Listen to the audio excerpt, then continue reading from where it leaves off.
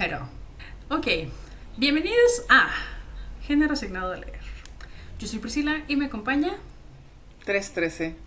Yes, y hoy vamos a hablar de algo que nos concierne, nos aqueja y nos causa muchas preguntas, que es la interacción que tiene el trabajo de traducción con los libros que leemos. Como pequeña introducción / disclaimer, yo estudié traducción e interpretación en la Universidad Autónoma de Baja California. Mi idea en la vida era salir de ahí y buscar con ojos brillantes e ingenuos la posibilidad de unirme a las líneas de trabajo de alguna editorial grande para traducir literatura. Sigue siendo una cosa que me gustaría hacer, ya no es mi primera y más grande visión del mundo. Pero también estaría padre en algún momento, efectivamente, ser arrumbado a una de las, páginas legales de un libro, o tal vez aparecer en la parte de hasta abajo y hasta abajo y hasta abajo. La realización plena del ser es... Sí, porque no estuvimos en el mismo campus, pero estuvimos en la misma universidad. Que se fue como que una traducción temporal, porque antes era la realización plena del hombre y hace unos años lo cambiaron por ¿sí? Ser. Sí. Yo me gradué en 2013 y todavía era por la realización plena del hombre. Sí, pero hubo todo un drama porque pues la gente no quería cambiarlo, porque hombre significa el ser humano. Una amiga se licenció en literatura y creo que ella terminó la carrera como en el 20, en el 21, no sé, y fue un rollo para que la dejaran poner en su tesis que era para licenciada en literatura. Qué flojera. Exactamente. Y probablemente sea un tipo de... Me encanta que siempre tenemos algo que hace como... Ya tenemos un siguiente episodio sobre lenguaje. Sí, siempre. Y esto me encanta. Género neutro en los libros. Por favor, Yes. hay que hablar de eso. Ok, but not today. Hoy vamos a hablar de la bronca que es traducir, de las broncas y de las cosas buenas que también salen a través del trabajo de traducción de una obra literaria, de las quejas y de las cosas maravillosas que pueden salir al respecto. E insisto, como pequeño disclaimer, yo estudié esto, pero no estoy en las fuerzas profesionales para esto. Yo no he entrado a una editorial, yo no traduzco de manera profesional, lo que hago lo hago para mí. Y obviamente va a haber como secretos del oficio a los que claramente no tengo acceso. Entonces, tranquilícense todos y tranquilícense todes también. This is our opinion. Sí. Esta es nuestra opinión como gente que más o menos con tranquilidad puede decidir si va a leer en inglés o en español. Y que... Pero no en japonés, francés o alemán, ¿sabes? O sea, sí consumimos cosas traducidas. Sí, claro, pero me refiero a que no nada más llegan a nosotros traducciones. O sea, en la medida de lo posible, si podemos leer en el idioma original lo hacemos, pero no por eso nos deshacemos de las traducciones, porque claramente llega a nosotros material que viene desde otros idiomas que no podemos leer todavía en idioma original. En mi caso todavía, porque yo estoy estudiando alemán y estoy estudiando coreano. Para leer literatura en coreano me va a faltar muchísimo. Creo que estoy más cerca de leer literatura en alemán que en coreano. No. Entonces, complicado. Pero we're restraining ourselves into English and Spanish. Es un buen momento para recordarles que la cantidad de pochismos, anglicismos y barbarismos varios va a ser parte de estos episodios y claramente no va a ser la excepción. Claro, recordar que queríamos poner algo de Spanglish en el nombre del podcast, pero ya existe uno así. Y no hablamos de las mismas cosas. No, nada que ver. Pero pues también son fellow norteñas y Spanglish es como que lo normal, pues. Sí, pero también, en algún momento vamos a hablar también de esto, porque no es el Spanglish de ellas, que ni modo, les vamos a entropear. Perdón por el Spanglish. O sea, es que... sí, se llama. Perdón por el Spanglish de más o menos Faorosco, colega ¿no? booktuber Faorosco y Sophie, su bestie. Es un Spanglish distinto el que ellas manejan que el que nosotros manejamos, primordialmente por geografía. O sea, el norte del que son ellas parte y el norte del que nosotros somos parte, y nuestra experiencia con ese norte es sumamente distinta. Pero Correcto. podríamos ahondar en eso en otra ocasión. Me encanta el hype que estamos autogenerándonos. Es genial. Entonces, sí, pequeña introducción. 3, yo te pregunto, de una manera muy invasiva. ¿Ser bilingüe es suficiente para ser traductor? Hell no. Exacto. Me encanta que tú lo entiendas. La mayoría de la gente no entiende eso. La mayoría de la gente considera que el acto de poder moverse entre 2 idiomas es suficiente para ejercer lo que sea en 2 idiomas. ¿Sí?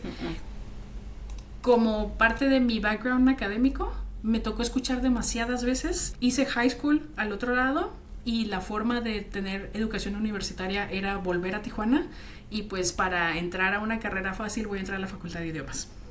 Y es como, dude, no, o sea, no mezcles gimnasia con magnesia, no son la misma cosa, y claramente se vio, porque I don't want to throw shade. Varias de esas personas, o se quedaron en el camino o tuvieron que alargar un poquito más su estancia en la universidad, o batallaron con cosas con las que uno pensaría que la gente que ya maneja un segundo idioma no batalla. Estamos hablando de toda esta parte de gramática y de sintaxis y de entender lo que son las oraciones completas y las compuestas y las subordinadas y demás. Que no es necesariamente algo que uno aprende manejando el idioma, tienes que aprenderlo. O sea, la misma lógica detrás de por qué tenemos clases de español en países de habla hispana es porque tiene que haber cierto dominio lingüístico de un segundo idioma para poder trabajar ese segundo idioma. Y vamos a lo mismo. Por ejemplo, una persona que en su Cardex, como es mi caso, aparte tiene materias en literatura, a mí me da una pequeña ventaja sobre otros traductores que no tienen dentro de su caja de herramientas, digamos, materias de literatura o de comunicación o de derecho. O sea, hay que aprender a hablar el idioma en su nicho, primero como idioma madre, en este caso español, para poder tratar de meterse a eso en inglés. O sea, es muy difícil que una persona te haga una traducción, por ejemplo, de un documento legal si no entiende, entre comillas, abogado en español y no sabe cuáles son las diferencias fundamentales entre el sistema de derecho en Estados Unidos y en México, o en este caso entre el inglés y el español, porque el derecho romano y el common law no son completamente equivalentes, hacen otras cosas. Lo mismo en medicina, en ingeniería, en matemáticas, en todo. Y la literatura no es una excepción. No es lo mismo ser una persona que tenga el conocimiento, el bagaje, la experiencia profesional traduciendo artículos médicos de journals científicos, por ejemplo, que aventarse a traducir poesía con rima consonante y número de sílabas. O sea, hay que entender un montón de cosas la antes. Poesía, o sea. Y esto es la parte como yéndonos a los extremos. Aún así va a ser un rollo si la persona que hace cierto tipo de traducción decide que va a cambiar su giro completamente y va a hacer algo, pon tú no poesía, teatro. Tienes que aprenderte atacando todo una mosca, perdón. No te preocupes.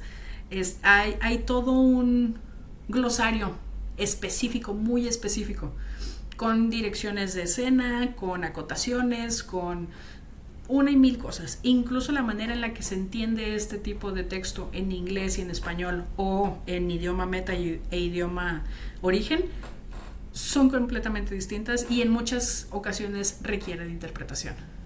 Ahora, vuelvo a preguntar, invasivamente, ¿tienes algún como pienso sobre lo que es traducción y lo que es interpretación, o para ti son la misma cosa?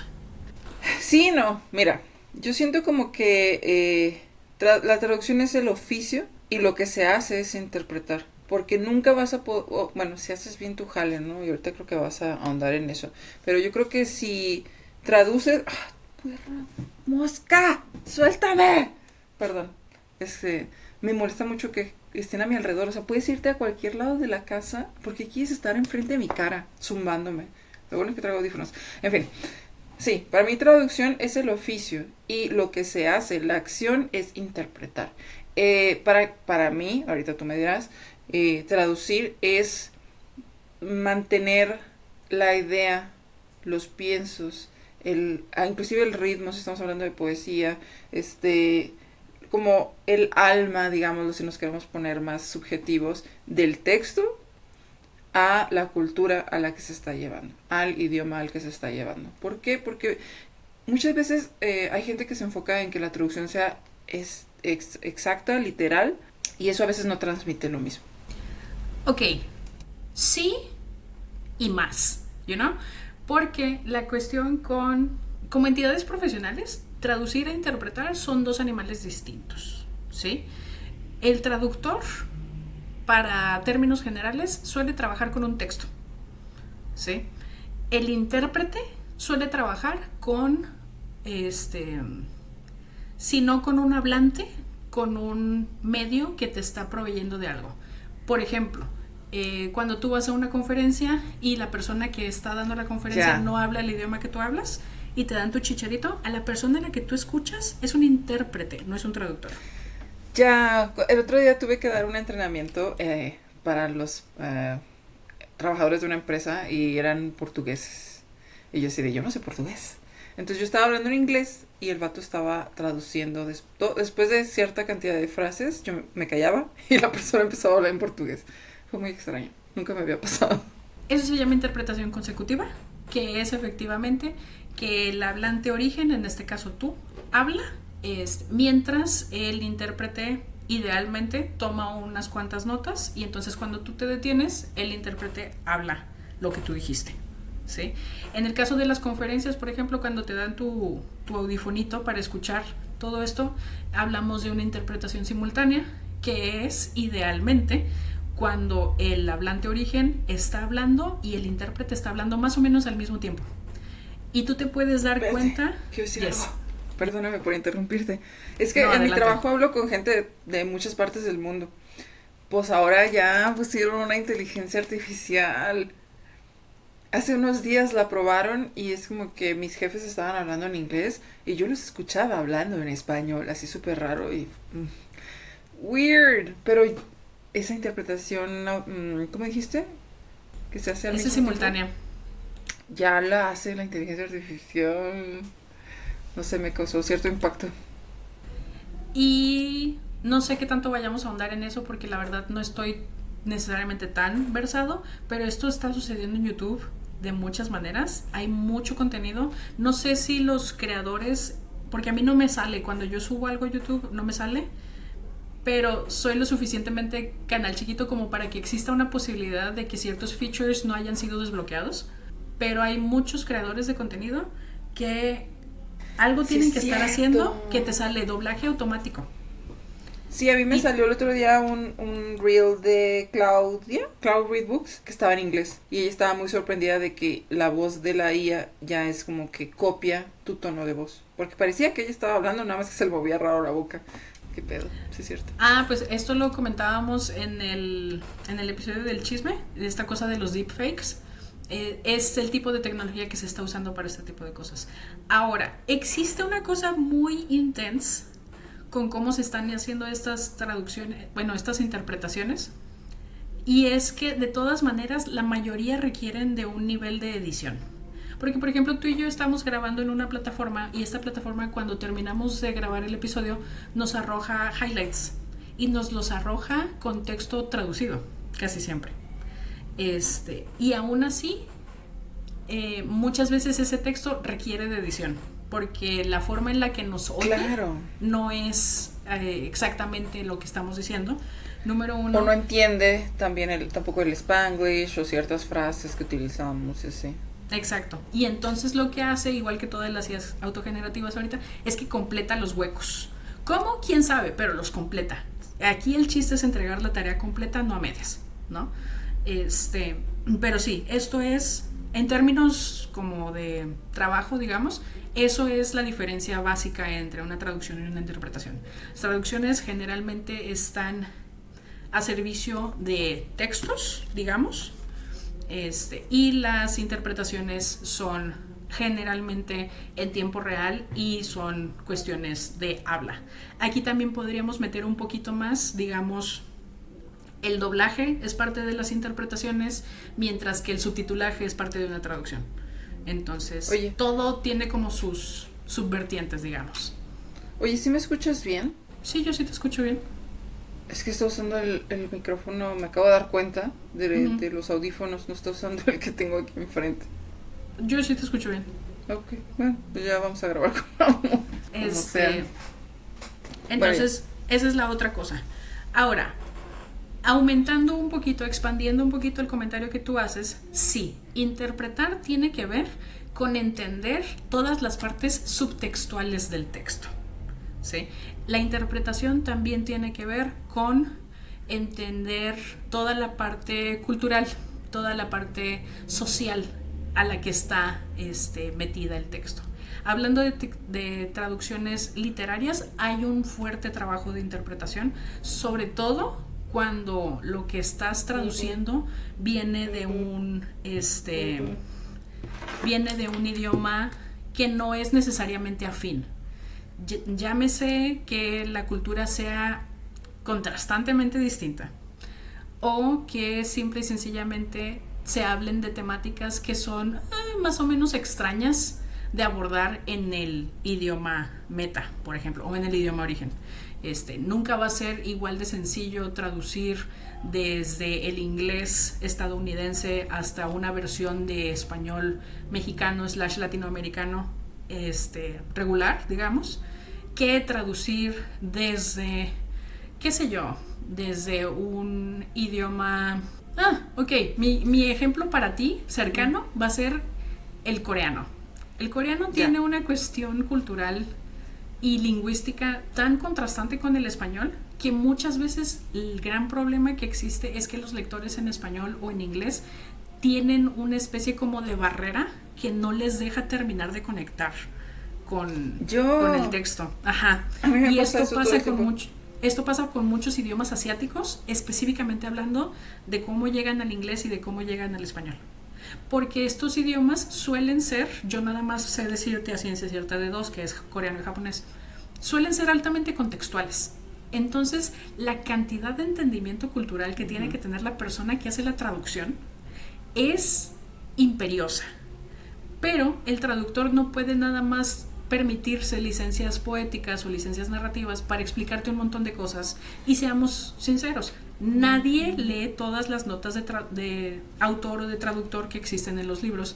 No son estéticas para la edición, no ayudan a esto y de alguna manera no cumplen con el propósito de la traducción como tal. La traducción como tal en la literatura tiene como principal propósito traerte lo que el texto original le quiso dar a sus lectores originales. ¿Sí? De ahí que, por ejemplo, sea tan impresionante que obras como Pedro Páramo de Juan Rulfo sean tan pinches famosas en lugares donde no se habla español, pero para nada. O sea, famosamente la traducción al francés de Pedro Páramo es súper famosa, es súper querida, es un libro que gusta muchísimo en Europa, porque la forma en la que llegan las traducciones es una que más o menos hace embonar en este sentido como de realismo mágico que tiene Pedro Páramo con otros países y con la literatura de otros países. No se siente nada más como que esto llegó del Nuevo Mundo y ya. O sea, hay algo, además de los grandes temas universales que aborda Pedro Páramo, las personas que hicieron estas traducciones supieron trasladar esto de una manera maravillosa.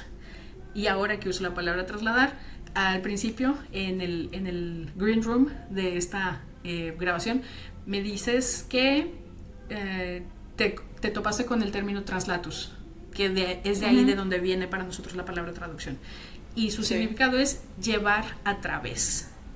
Eso es lo que hace la traducción, eso es lo que hace un intérprete, eso es lo que hace un traductor. Somos herramientas, somos un canal, digamos. Y está interesante, pero también de alguna manera es como de esas cosas que te obligan a estar tras bambalinas, porque no puede o no ayuda realmente, no ayuda mucho cuando la traducción suena tanto al traductor que se la reconoce por el traductor y no por el autor original.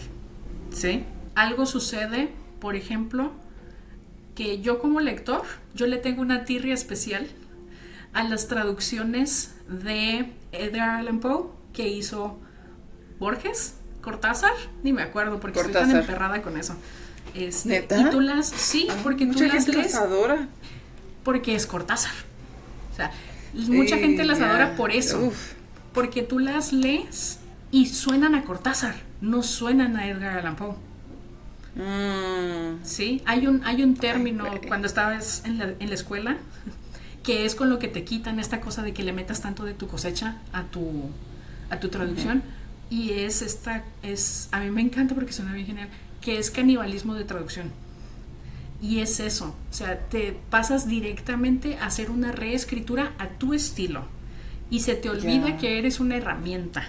Tu trabajo es que Edgar Allan Poe suene a Edgar Allan Poe en español, y en francés, y en portugués, y en italiano, y que siga sonando a ese güey. Ay, qué difícil. Porque también leyendo para este podcast o para este episodio, me encontré con que Han Kang, justamente del coreano, habla de que su traductora, o sea, le dice a su traductora nuestros libros, porque dice que ellas dos son la autora del libro, porque cuando pasa a la traducción y pasa al trabajo de esta mujer, pues deja de ser el mismo texto. Entonces, ¿qué tanta importancia le tenemos que dar a el traductor si es una persona que tiene que estar en segundo plano? Pues es que por naturalidad y como por la misma forma en la que emerge el trabajo del traductor, es su lugar, o sea, no es de mérito que esté en segundo plano. La posición del traductor nace para estar ahí. Somos ¿cómo se llama? Somos la repetidora de señal del módem que es el autor. ¿Sí? Nuestro trabajo es que la demás gente que pueda leer al autor a través de nuestro trabajo lea al autor. Es muy importante, sí, que el autor entienda que su traductor es alguien con quien trabaja. Es un igual, sí es cierto. Es alguien a quien tú le estás... O sea, esto es el nivel de confianza que, por ejemplo, le tiene que tener un autor a sus primeros lectores beta. O sea, que tú sabes que aunque te esté leyendo otra gente a la que también le gusta escribir, sabes que esa gente no se va a robar tu plot, ni tus personajes, ni tu línea, ni nada. Tu traductor tiene que tener esta capacidad de personificarte, digamos, a través del trabajo escrito. Y obviamente los libros de Han Kang son sus libros con los de la persona que la traduce. Son sus libros, sí, pero si por ejemplo la persona que la traduce también crea, va a ser súper importante ver si esta persona como creador de literatura tiene una voz propia. Nunca me había puesto a pensar en lo de Poe y Cortázar, qué fuerte. Y fíjate que yo hubo un tiempo que los quise, pero ahora que ya estoy más familiarizado con la forma en la que escribían en los 1800, y he leído Drácula y he leído Frankenstein, digo, bueno, pues ya puedo leer a Poe en inglés. Pues qué mejor, ¿no? Pues su idioma original. Pero yo pensé que, o sea, como la gente las quería tanto, yo pensé que era porque eran muy buenas traducciones, pero ahora ya entendí. Es porque la gente quiere a Cortázar. Y probablemente no es... Ok, es que esto es a little bit of a hot take, pero porque es Cortázar, no es porque sea yo y porque nadie más haya dicho esto. Pero es bastante probable que incluso a nivel técnico pudiéramos decir son buenas las traducciones. Puedo estar de acuerdo con eso, puedo aceptar eso. Pero para mí la parte esta como en su momento como estudiante fue leer a Cortázar en las traducciones que hizo para otra gente. Y esa es la parte que te digo, o sea, cuando la persona que traduce a Han Kang decida que por fin va a sacar su novela en la que ha estado trabajando tropecientos millones de años y que ahora ya tiene nombre porque es la persona que traduce a Han Kang, va a decidir sacar su novela. Si esa novela suena a Han Kang, vamos a tener una broncota de identidad, ¿sí? Entonces, mi cuestión con Cortázar y con toda esta época de escritores perrones por su propio mérito, que empezaron a traducir, porque no nada más es Cortázar que tradujo a Poe. En su momento es Poe que tradujo a Rimbaud, creo. Y lo mismo, existe una probabilidad real de que haya estos vicios de traducción también, de que probablemente mucha gente que en ese momento de la historia leyó a Rimbaud realmente estaba leyendo a Poe fangirleando a Rimbaud. Simón, sí. ¿Sabes? Oh, wow. O sea, es una cadena en la que todavía no había los suficientes escalones, digamos, para que la gente dijera, no, es que aquí hay que delimitar cosas. Que probablemente, en el peor de los casos, eso fue lo que hizo que sintamos esta cuestión de que el traductor pasa a segundo plano y que en general la industria haga que se vea como que el traductor pasó a segundo plano. Porque tú dime cuándo, de los montones de libros traducidos que hemos leído, nos hemos topado el nombre del traductor en la portada. Si al final esa es la persona que nos está trayendo la historia a nosotros. Muy pocas veces pasa eso. Muy pocas veces pasa. Cuando pasa, está como en la tercera o cuarta página, digamos, y nada más dice traducción de, y dice el nombre de la persona en letras un poco más grandes que 12 puntos, cuando ya es una persona que tú dices, es que yo compré este libro porque lo tradujo tal, ¿no? O porque yo compré este libro en inglés o en español o lo que sea, porque cuando esta persona traduce al inglés o al español a tal autor, me gusta más, ¿sabes? O sea, sí. Son loops extra que el traductor tiene que brincar. Sí, o el caso de, por ejemplo, Emily Wilson, ¿no? Que ella es una lingüista muy famosa que fue la primera mujer en traducir del griego antiguo la Odisea y la Ilíada.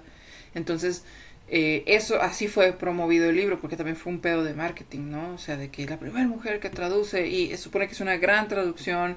Obviamente yo no sé griego, por eso la compré, porque fue muy aclamada. Probablemente también haya una cuestión de marketing ahí, pero el libro claramente dice traducido por Emily Wilson, porque es el foco principal de ese texto, de cómo ella lo interpreta. Tiene una introducción gigantesca sobre cómo hizo la traducción.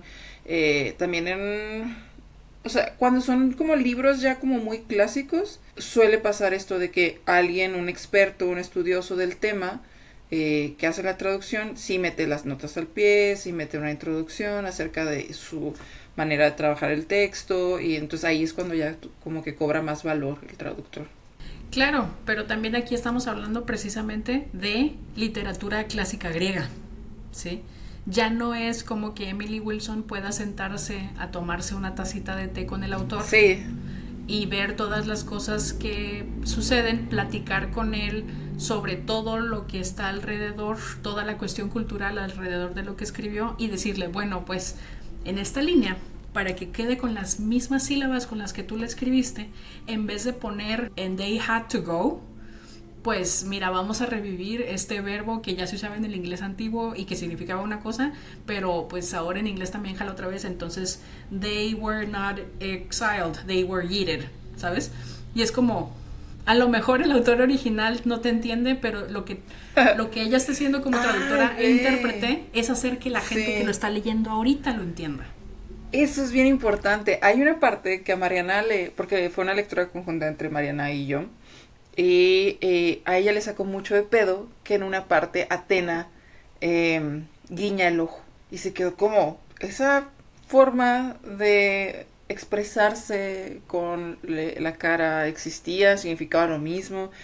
Y luego leyó en otro libro que la persona está hablando de la traducción de Emily Wilson y dice, Emily hace guiñar a Atena. Entonces quizá realmente Atena no guiña el ojo en la Odisea, sino que es una reinterpretación actualizada de lo que quién sabe qué gesto hizo la señora diosa. O probablemente no había un gesto, principalmente necesitabas meter en una línea algo que te hiciera entender el sentido de complicidad de Atena. ¿Sí? Sí. Y eso es interpretación.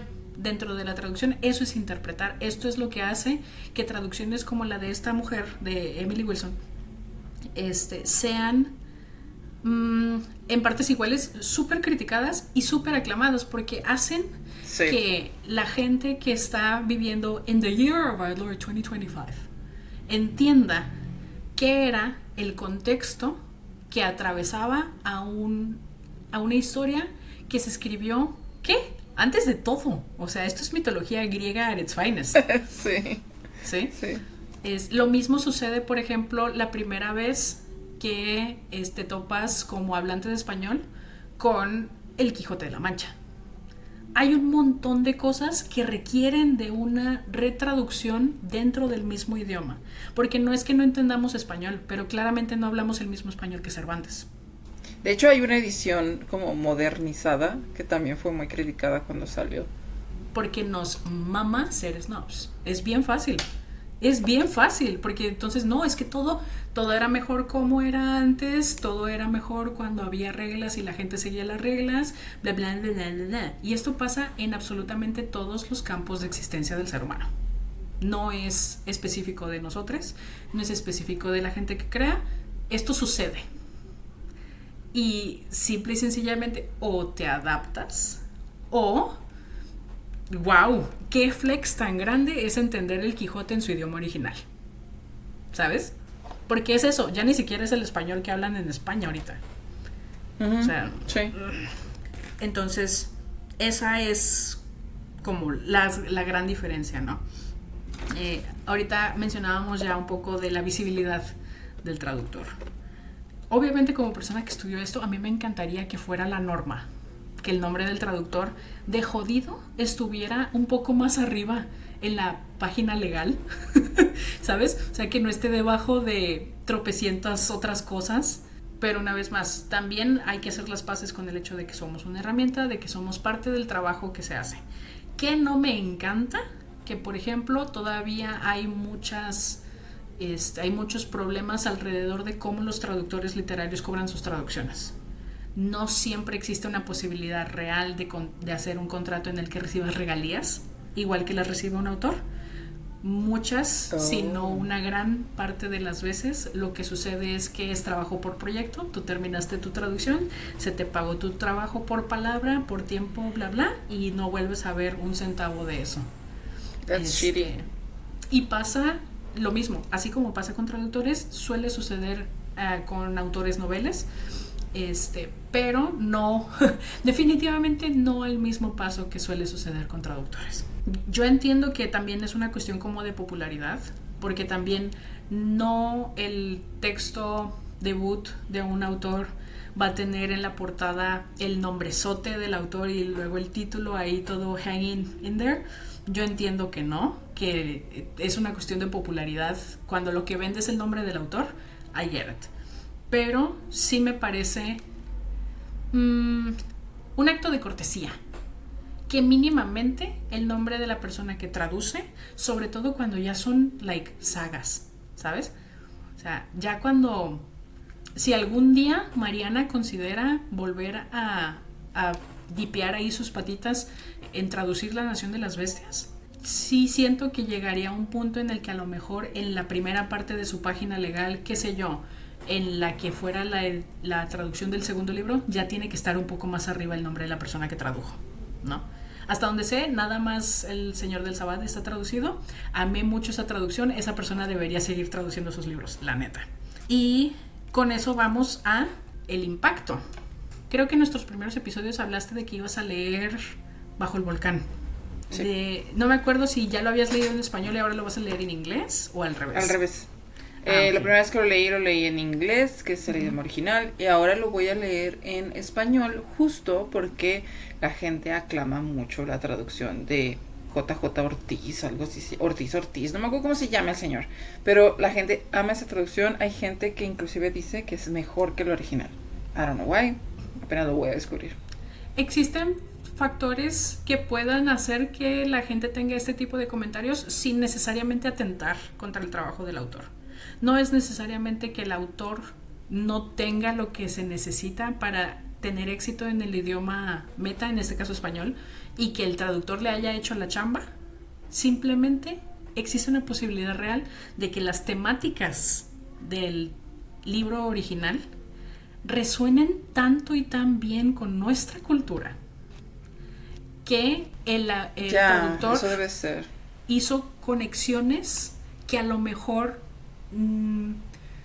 otro traductor no pudo haber hecho, porque esa es otra. Hay un gran desbalance, hay un gran dilema, un gran debate entre si yo como hablante de español tengo lo que se necesita para traducir a un idioma que no sea español, porque en teoría lo óptimo sería que Pris, que habla español, lea un libro en su idioma original, qué sé yo, cualquier otro idioma que Pris pueda leer, y que lo traiga al español. Pero yo pienso que existe, si no el mismo, incluso más valor en que Pris, que habla español, lea algo en español y se lo lleve a otro idioma. Porque el que tienes que entender por completo es el original. Ahora, esto puede ir hacia cualquier lado y va a haber gente que va a funcionar mejor en varias direcciones. Eso ya habla como de la estamina y del profesionalismo de cada quien. Porque, por ejemplo, está el caso de Oscar de Muriel. Oscar de Muriel es un autor mexicano based en, no sé si en Inglaterra o si en Escocia o something like that. El compa escribe en español original, pero no todo. La serie con la que él se hace más o menos notorio / famoso, digamos, es una saga de libros más o menos sherlockianos, digamos, en los que sigues a dos detectives, a un inglés y a un escocés, que tienen estas personalidades súper contrastantes el uno con el otro. Hace un uso muy interesante de slang y están escritos originalmente en inglés, ¿sí? Este señor es mexicano, crecido en México, todo, nada más que toda como su educación superior y su vida profesional la tiene en Europa, ¿no? Y estos libros existen en español y los tradujo él. Él se tradujo a sí mismo. Y no sé si tú alguna vez has escuchado esta cosa de que, para empezar, cero recomendable escribir y editarte tú mismo. No se recomienda, pero para nada. Ahora no. ¿Cómo funciona? Está cabrón. Estamos de acuerdo. Necesitas otro par de ojos, necesitas otro montón de cosas. Ahora, traducirte a ti mismo está como, es demasiado extra, porque no nada más estás teniendo la oportunidad de que suene como tú quieres en tu cabeza que suene. Lo mismo que con editarte, corres el riesgo de caer en vicios de querer sobreexplicar algo o de querer cambiar cosas porque como tú las entiendes, entonces nadie más necesita no tener la información extra. Entonces hay muchas cuestiones como muy raras, pero hay gente que claramente puede, porque, por ejemplo, de Oscar de Muriel, leí el primero de la serie que está escribiendo completamente en español originalmente, que esa sigue también así como tipo de detectives y de misterios, pero sigue a una personificación de Sor Juana Inés de la Cruz. Yo tengo los primeros dos, no los he leído, pero el primero a mí me pareció súper divertido, me gustó muchísimo, pero yo dije, es que si esto va a ser igual de largo que la otra serie, que la otra lleva como, ya lleva como 6, 7 libros y pintan para hacer más, y yo le tengo un poquito de alergia a las sagas largas, y que no sé qué tan largas van a ser, porque por ejemplo La Nación de las Bestias, lo único que nos ha cambiado era que parecía que iba a ser una trilogía y ahora sabemos que va a ser una tetralogía y hasta ahí. Si Mariana todavía estuviera con esta cosa de y a lo mejor viene más, y a lo mejor viene más, a lo mejor yo me habría detenido. Lo mismo me pasó con este señor. Pero la otra saga, que inicia con un libro que en español se llama La Sonata del Diablo, él lo tradujo. Él hizo la traducción del inglés al español. Hay una sola línea en todo el libro que a mi gusto, y yo todavía sin saber que él se había traducido a sí mismo, tiene este ring de que es un libro traducido.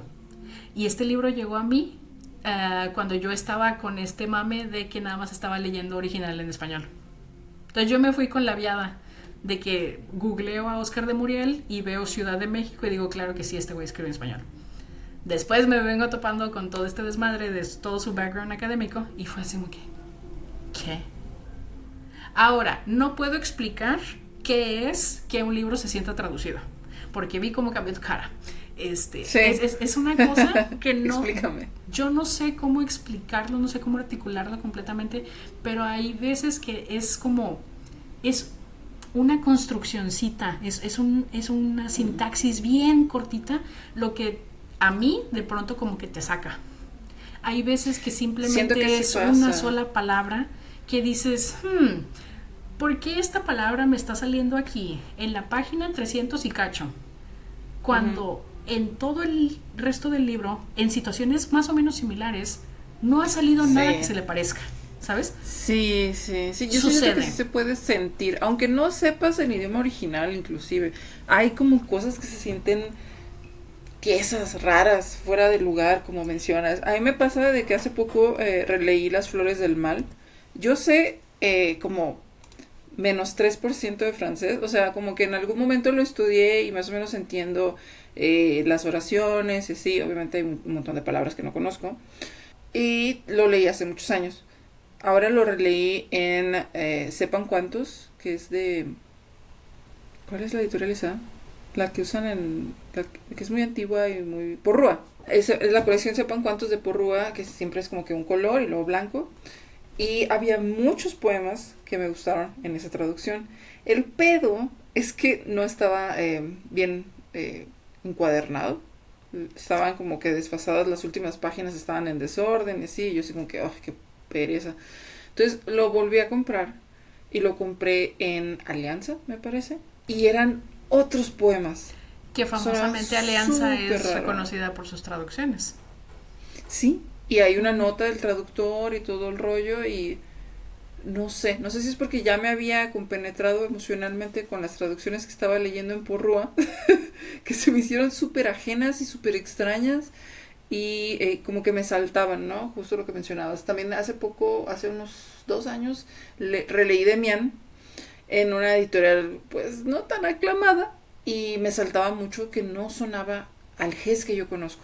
Y fui y revisé mi otra edición de Hermann Hesse y yo sí, ahí están las frases increíbles que todo el mundo conoce, la de quisiera, no sé, hay una frase muy famosa sobre romper el caparazón y dejar de sentir miedo de ser quien eres y así.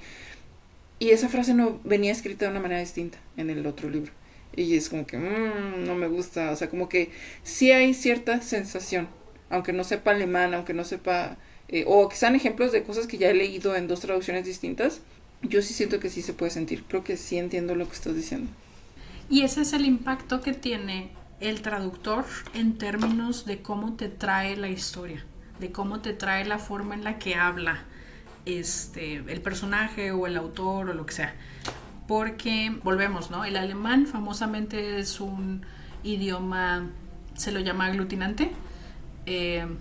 Para nosotros y para la versión fácil de cómo decimos las cosas, es un idioma que tiende a usar demasiadas palabras para decir lo que sea. Demasiadas. Y con aglutinante es como no le tiene miedo a inventarse palabras y entonces hace chorizotes así ortográficamente kilométricos de palabras que podrías tener una equivalencia bastante corta para ellos. Pero obviamente en una traducción de Hess no va a sonar igual que el autor use la palabra pasatiempo, que use la palabra hobby, que use la palabra actividad recreativa de tiempo libre, a pesar de que probablemente sabemos que la versión en alemán, y esto me lo estoy sacando de la manga porque yo no he leído Hess, pero siempre me encanta dar este ejemplo, la palabra en alemán para pasatiempo es kilométrica, y si tú la separas es actividad preferida de tiempo libre. Pero es una sola palabra. Es Lieblingszeit, tiempo Lieblings. No me acuerdo. Pero me toca editar entonces lo vamos a poner aquí across the screen. Pero es una palabra así obscenamente larga. Y si tú la separas así en cachitos, es actividad preferida para efectuar en tiempo libre. Y es como... pero estamos de acuerdo que Hess a lo mejor no usaría la palabra hobby. No sé cuál era la posición de Hess respecto a Estados Unidos y las Américas y demás, pero probablemente Hess no hubiera usado anglicismos, por ejemplo. Claro. O sea, habría sido como muy estereotípicamente alemán este señor. Y eso es lo que te trae. O sea, al final, realmente, Tres con quien está así más... Déjame ver si puedo... Freizeit, Beschäftigung. Y Freizeit es tiempo libre, Beschäftigung, y todavía falta una parte al principio, que es Lieblings. Ajá, Lieblings, que es favorito. Manches. Entonces, Lieblings, Freizeit, Beschäftigung. Esa es la palabra para hobby, para pasatiempo. Y es como, ok, está bien.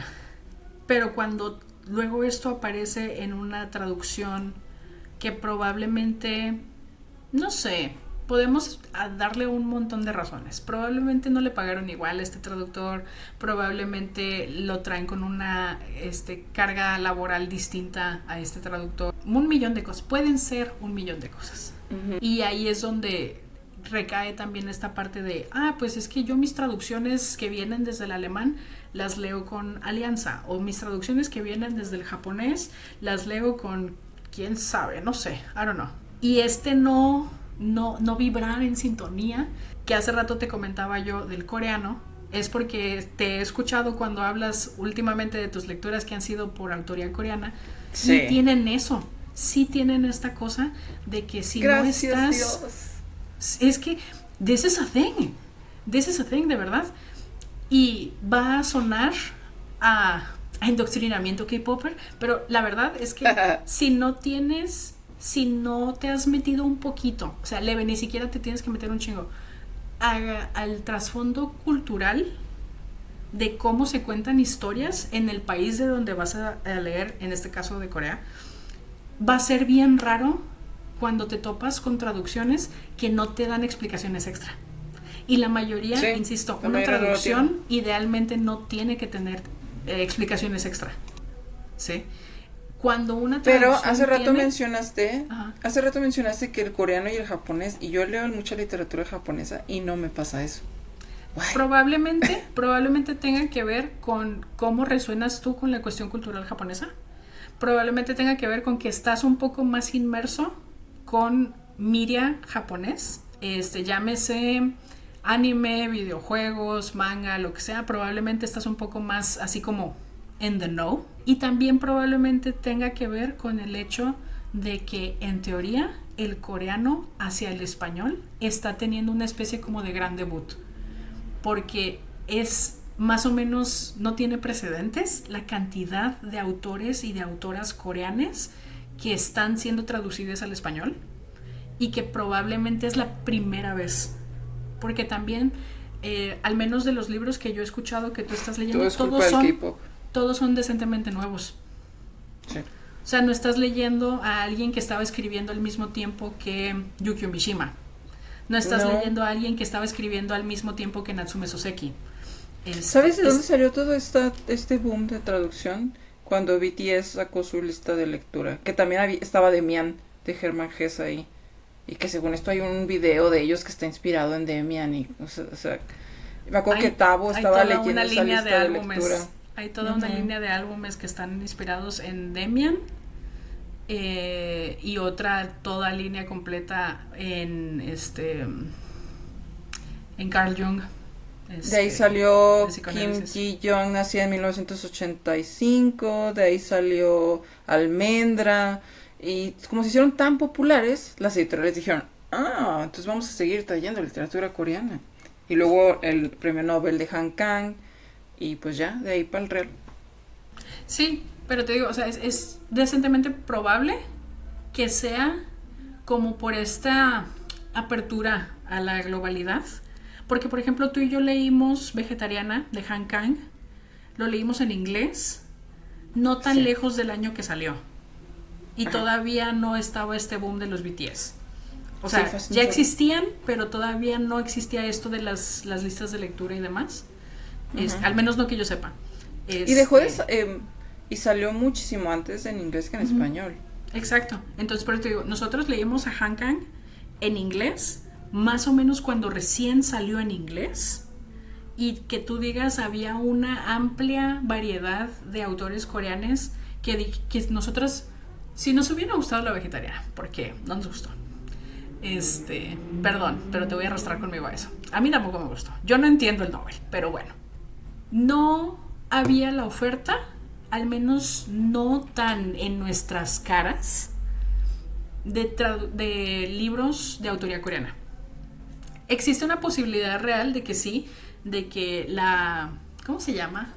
La ola Hallyu, que todo esto que tiene que ver como con el K-pop como referente cultural y demás, que sea eso lo que haya traído estas obras al español, sí tiene que ver. Pero, te digo, es esta cosa como de sí hace falta que el lector tenga un poquitito leve, así como mínimamente como un interés extra en el resto de la parte cultural. Porque, por ejemplo, cuando leímos La Vegetariana, a mí una de las cosas que me hizo ruido y de las que nadie habla, y que yo no he escuchado que nadie hable de eso, es que el personaje decide, y es una nimiedad, es una cosa bien tonta, el personaje decide que va a dejar de comer proteínas animales, pero sigue comiendo kimchi, por ejemplo. El kimchi lleva pescado, lleva pasta de camarón o algo así. Tradicionalmente no es una cosa vegetariana, mucho menos vegana, right? Y nunca se deshace de eso. Y es un detalle como de 2 milímetros. Y a mí es como que, no, dame tu tarjeta vegetariana, you're not. Güey, no sabía esto. Y son de esas cosas. cosas. Una pasta de chiles nada más. No, el kimchi es el repollo macerado en una pasta picante. Y no siempre es picante. Que no, sí sé qué es, pero no sabía que era que tenía pescado. O sea, lo he comido muchas veces, me gusta mucho. En la preparación tradicional lleva sí, es como camaroncitos así secos, molidos, bla bla. Es parte de lo que le da el sabor que él tiene. Pues no es tradicionalmente vegetariano, that's what I mean. No sabía. Y es como de esas cosas que dices, ¿y por qué nadie está haciendo un barullo alrededor de esto? Y por ejemplo, para mí, con la cultura coreana, a mí la cultura coreana llegó primero a través del deporte. Yo hice taekwondo muchos años y luego en la universidad en la que yo estaba, abrieron 2 restaurantes de comida coreana cerca y a mí el amor me entra por la panza. Entonces, todo eso llegó antes que la música y que el entretenimiento y demás. Pero son de esas cosas que si no sabes, no entenderías el enojo que trae la Pris, ¿sabes? No entenderías esta cosa irracional por la cual la Pris no quiere ese libro. Y todo esto tiene que ver con cómo se entienden las cosas. Ahora, insisto, es bastante probable que todavía nos esté como, no sé, como chocando un poco el storytelling en general de culturas como la coreana, que sí suele ser un poco más seco, sí suele ser un poco menos metafórico, mucho más directo. Se siente como que le falta esta cuestión retórica, se siente como que le falta características literarias, lo que tú quieras. Pero, por ejemplo, el año antepasado, leí a esta señora que se llama Bae Soo-ah. El libro se llama The Night and Day, Untold Night and Day se llama. El libro ya está en español, no lo he leído en español, me urge leerlo en español. Y yo sé claramente que a mí lo que me gustó fue cómo lo tradujo la persona que lo tradujo. Incluso el libro ese, que es una novela, después del epílogo tiene una nota de la traducción. La traductora te deja una nota de lo que fue trabajar este libro y de lo que fue trabajar con la autora. Y dices, claro que sí, todo lo que venga de esta autora y que sea traducido por esta persona, yo necesito leerlo. ¿Por qué? Por cómo... yo hablo constantemente de cuando un libro no te deja que se te olviden ciertas cosas. Este libro no te deja que se te olvide que es una historia escrita originalmente en coreano. No te deja que se te olvide el contexto cultural y geográfico en el que están. Y aún así encuentra una manera de que esta sequedad, digamos, no se sienta así. encuentras estas partículas de retórica y encuentras estas partes como de característica literaria que dices, ok, sí hay algo a lo que anclarse en este tipo de storytelling. Además, me parece tremendamente superior que muchas novelas coreanas que están siendo así empujadas hoy en día, la verdad. Yo creo que también es eso, como que lo que han traído, y otra vez, yo sigo fiel a mi teoría de que esto es por el K-pop. Porque sí. Como que piensan que el target principal del K-pop son morritos, traen muchas... Ajá, que no es cierto, de todo. Sí. Pero como que piensan que son morritos y traen mucha literatura juvenil, medio, ¿cómo se dice? Middle grade. Y cosas por el estilo que pues a lo mejor no tienen la profundidad de otros probablemente grandes escritores coreanos, ¿no? Que a lo mejor también es eso, porque sí, efectivamente, o sea, muchas de las obras que están llegando son parte de estas listas de lectura y demás, pero por ejemplo, creo que también como la visión de qué autores traer está como, no sé si sesgada o no sé quién es quien toma esas decisiones, porque por ejemplo, si vamos a tomar en cuenta la lista de lectura de estos idols, famosamente hay bastante libro así como de cómo entender mi depresión y cosas así súper oscuras de Ryo Murakami, por ejemplo. Azul casi transparente es uno de esos libros que yo tengo en mi lista de pendientes que no ha tenido así como realce y están en esa misma lista de lectura. Yo quiero leer a Ryo Murakami. De hecho, sí es muy complicado encontrarlo en español. Abducción Editorial, una editorial chilena, lo está traduciendo. Acaban de sacar Sopa de Miso hace unos años y lo quiero, pero el pedo es encontrarlo y que esté a un precio decente porque, pues como son de importación a México, están caros. Azul casi transparente creo que lo tiene... Ajá, yo también, pero te digo, son de esas cosas que podría atribuir ligeramente a títulos de los que se han estado hablando, pero en esas mismas listas hay cosas bien intensas que claramente no están targeteadas para lo que el conglomerado industrial cree que es el target. Ajá, sí, exactamente. Sí. Es que no me acuerdo cómo se llama. Son estos libros, normalmente son como color cremita. No sé si con la pura silueta me... ¿Anagrama? Ajá, ok. Creo que en español lo tiene anagrama, pero no sé qué tan fácil es de encontrar. Sí, yo lo tengo en digital en inglés. Pero ajá, o sea, existe una posibilidad real de que sea esta la cosa que dijeron, de aquí nos vamos a agarrar y este es el momento de traer mucho autor coreano, pero también creo que como todo, depende de dónde estés buscando. Hay una librería / cafetería bien maravillosa en Mérida, Yucatán, que se llama Sempere. En Sempere, en su sección de librería, tienen una cantidad así abrumadora de autores extranjeros al español, de mucha editorial indie. Y ahorita, bueno, de la última vez que fui, tienen una cantidad de autoras coreanas, específicamente autoras coreanas, que yo no he visto hype en muchos lados. Y son de esos libros que a mí, con el puro título, es como que, claro que sí, yo quiero un poco de esta miseria, por favor. Este es de un autor vato, no me acuerdo cómo se llama, pero el título es algo así como quién sabe si mañana seguiremos aquí. Y mucha de la literatura que yo, al menos la que yo he encontrado, tiene que ver con toda esta parte de, ¿cómo se dice? Pues como de las cicatrices históricas que todavía tiene Corea y que las tiene muy fresquitas, porque hace no tanto realmente estamos hablando de que era un país ocupado. Vuelvo. Sí, nos fuimos por una tangente bien grande. Sí, y está bien beautiful eso, pero tiene mucho que ver el trabajo de interpretación y de inmersión en la cultura origen, lo que te va a hacer no necesariamente que te guste el libro, sino que entiendas cosas del libro. Y hay veces que forma en la que la historia está contada no necesariamente está hecha para introducirte al aspecto cultural. Porque, por ejemplo, leíste a Lisa Sí, leíste de las Hanyo, de las buceadoras de Yeyo, ¿sí? Sí, está bien ver ese libro. Y no tenías ningún tipo de contexto cultural previo, ¿sabes? O sea, ni siquiera tenías lo que mucha gente tiene ahorita, que es el drama de si la vida te abandonaras. No. you Me know? enteré que existía porque todo el mundo me lo empezó a recomendar cuando estaba leyendo este libro de Elisa, sí. Es Pero, de mucha fíjate, lloración el drama ese.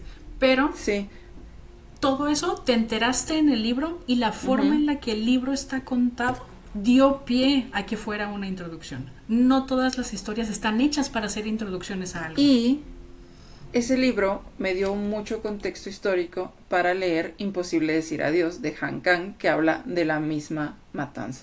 Y aunque no lo toca como tema principal y no lo explica tanto, yo ya tenía ese background, entonces ya pude disfrutar un poco más. ¿Tiene sentido lo que estás diciendo?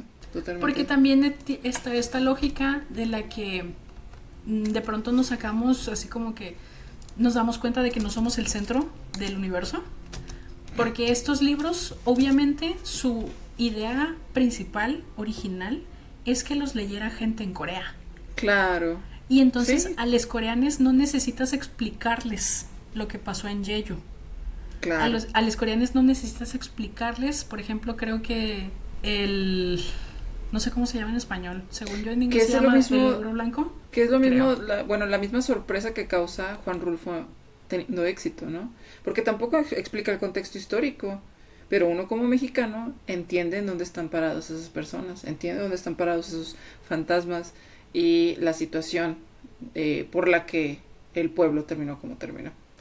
Exacto, pero estamos hablando de esta cosa de como de los vestigios de la guerra y lo que hace la gente con poder y o sea, creo que por eso a mí me parece más o menos lógico que lo primero que se habla cuando se habla de las grandes traducciones y de los países extranjeros que han abrazado mucho Juan Rulfo, que Francia esté en el top 3, 5, 10, no sé, de países que abrazaron Juan Rulfo, cuando Francia tiene una historia muy íntima con los aspectos de revolución y de levantarse y de la población como un todo, ¿no? Tiene todo que ver.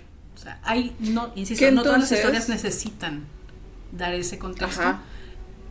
Y cuando no lo necesitan y aún así conectan, también habla muy bien de la historia. Punto. Y del escritor. Exacto. Por algo sigue teniendo el éxito que tiene Han Kang.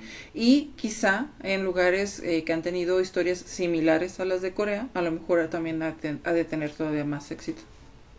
Sí, me imagino que sí. Me imagino que la han de querer poco, casi nada en Japón esta señora.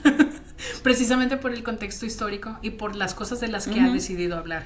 Yo de ella no he leído mucho más, pero sé que tiene otro libro que se basa en el 82 en la provincia de Gwangju, que es la forma fácil de explicar este evento. Es el 68 en México, pero en Corea en el 82. Sí, Actos Humanos. Tengo muchas ganas de leer ese libro. Sí, o sea, hay que estar, o sea, no podemos pensar que porque el libro está en español va a hacer todo el trabajo por nosotros.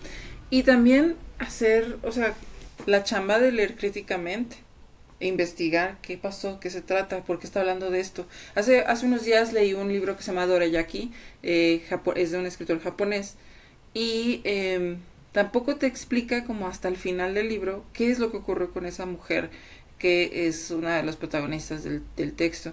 Y me puse a investigar y hay una historia muy turbia sobre las personas que estaban enfermas de lepra en Japón, que fueron encerradas, privadas de su libertad durante muchos años y sufrieron muchos abusos y violencias y abortos forzados y circuncisión. No, ¿cómo se dice?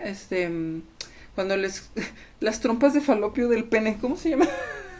¿Vasectomías, ellas? Las vasectomías, gracias. Les hacían vasectomías a los señores que vivían ahí adentro con lepra. Y en este libro hay una persona que vivió esas violencias. Y si tú no te pones a investigar, no te enteras. Y no entiendes también como que ciertas de las emociones y las situaciones que están ocurriendo en la historia. Y todo eso ya es trabajo del lector. Claro, sí.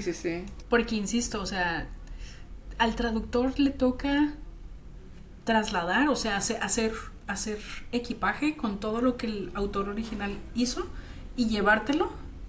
Pero si el autor original no te explicó cosas, no es trabajo del traductor explicártelas. ¿Sí? Es una situación similar con los doblajes, por ejemplo. Hay muchas ocasiones y esto antes me emperraba mucho porque pues todavía hería susceptibilidades, ¿no?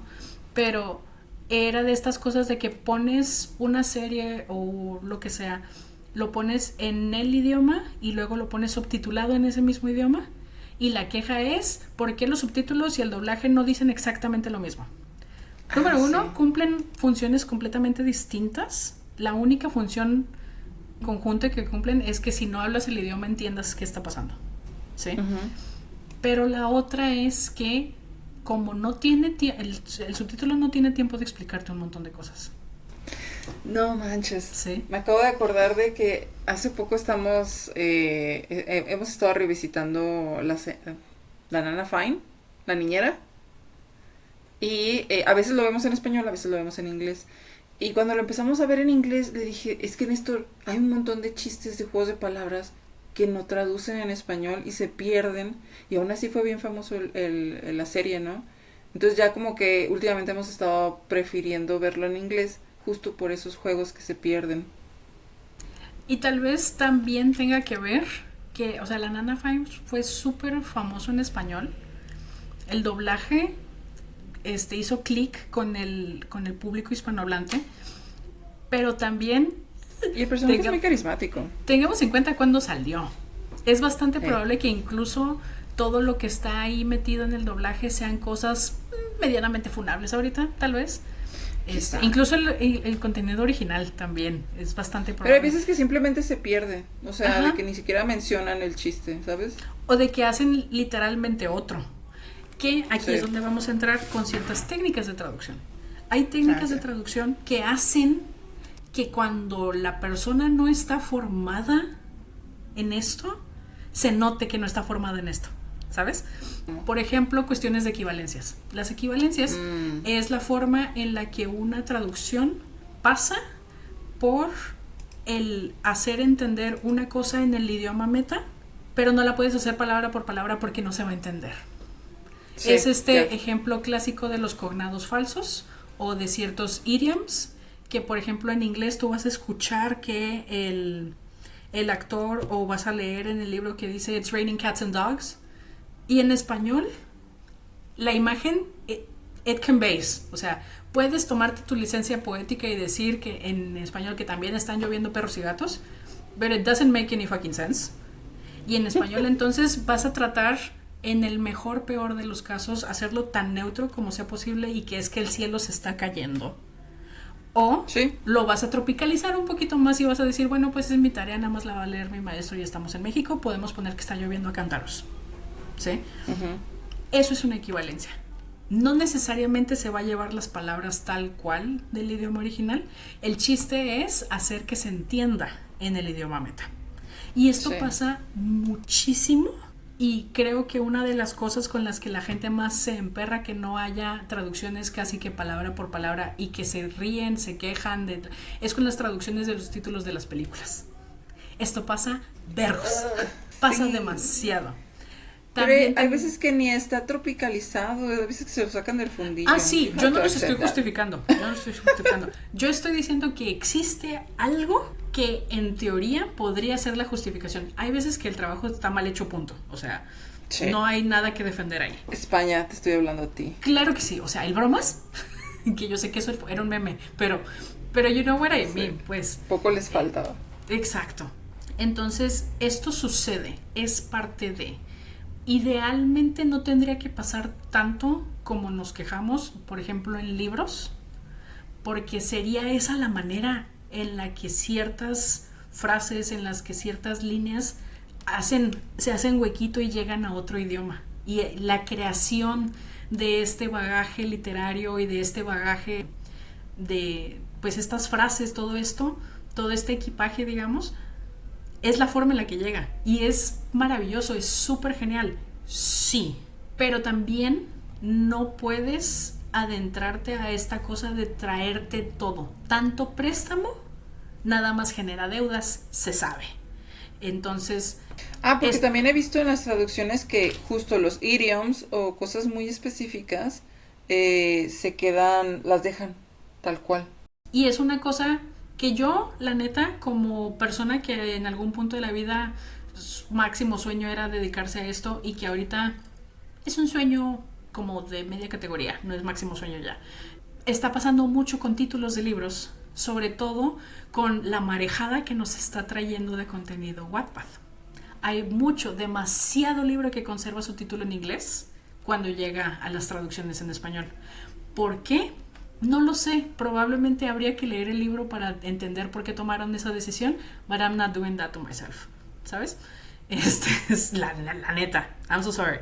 Y entonces, dejar estas cosas y que sea un trend de venta, que sea una tendencia del mercado, no es lo mismo que dejar estos anglicismos o dejar estas frases sin traducir si no hay una base lógica que te diga, claro, por esto dejaron esto así, ¿sabes?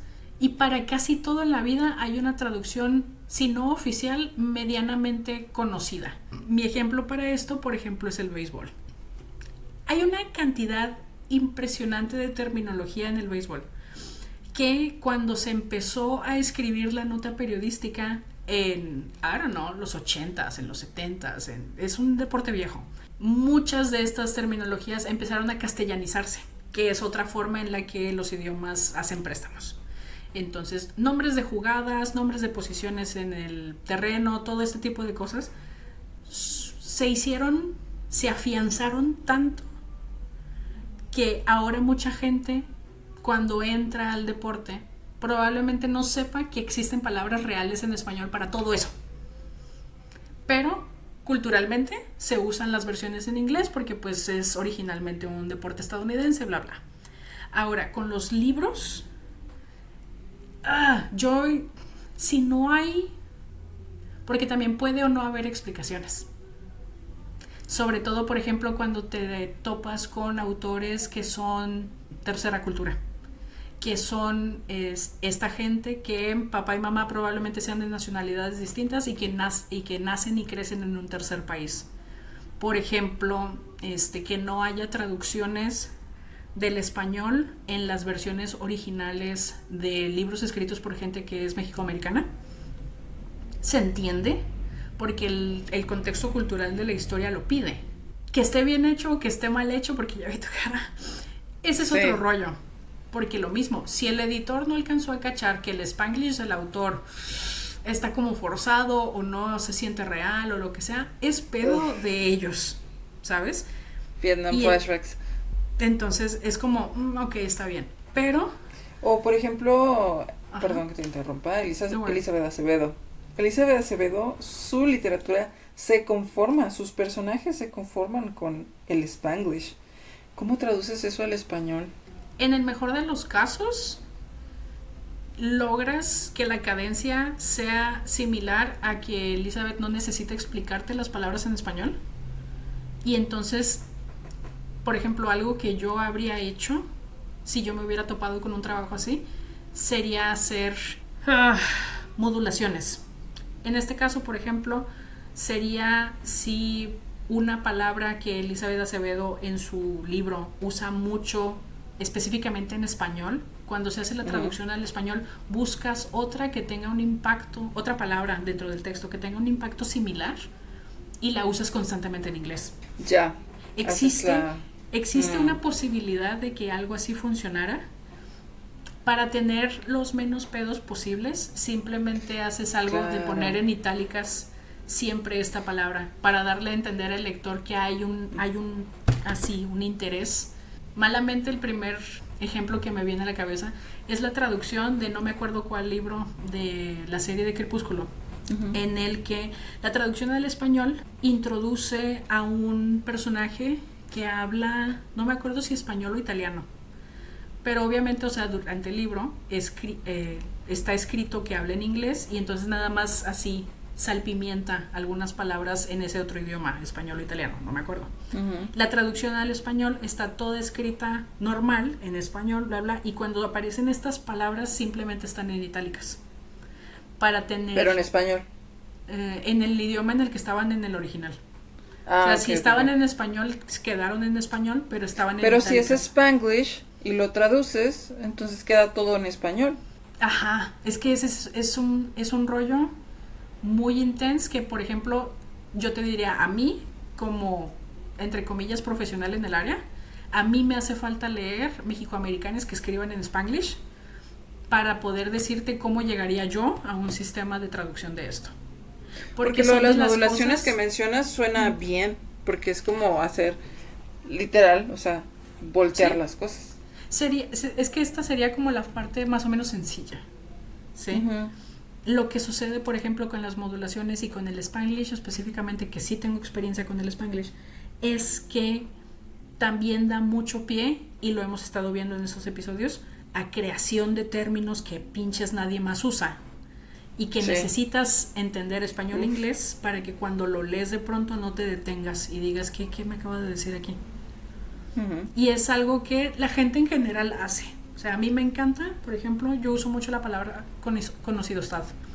It's not a word, exactamente, pero para mí es ese punto medio entre somos conocidos o somos amigos. Y si estás en medio, somos conocidostades, ¿sabes? Obviamente necesito que otro 1.5 millones de personas empiece a usar esta palabra más o menos de manera, sí, como para que aunque sea tenga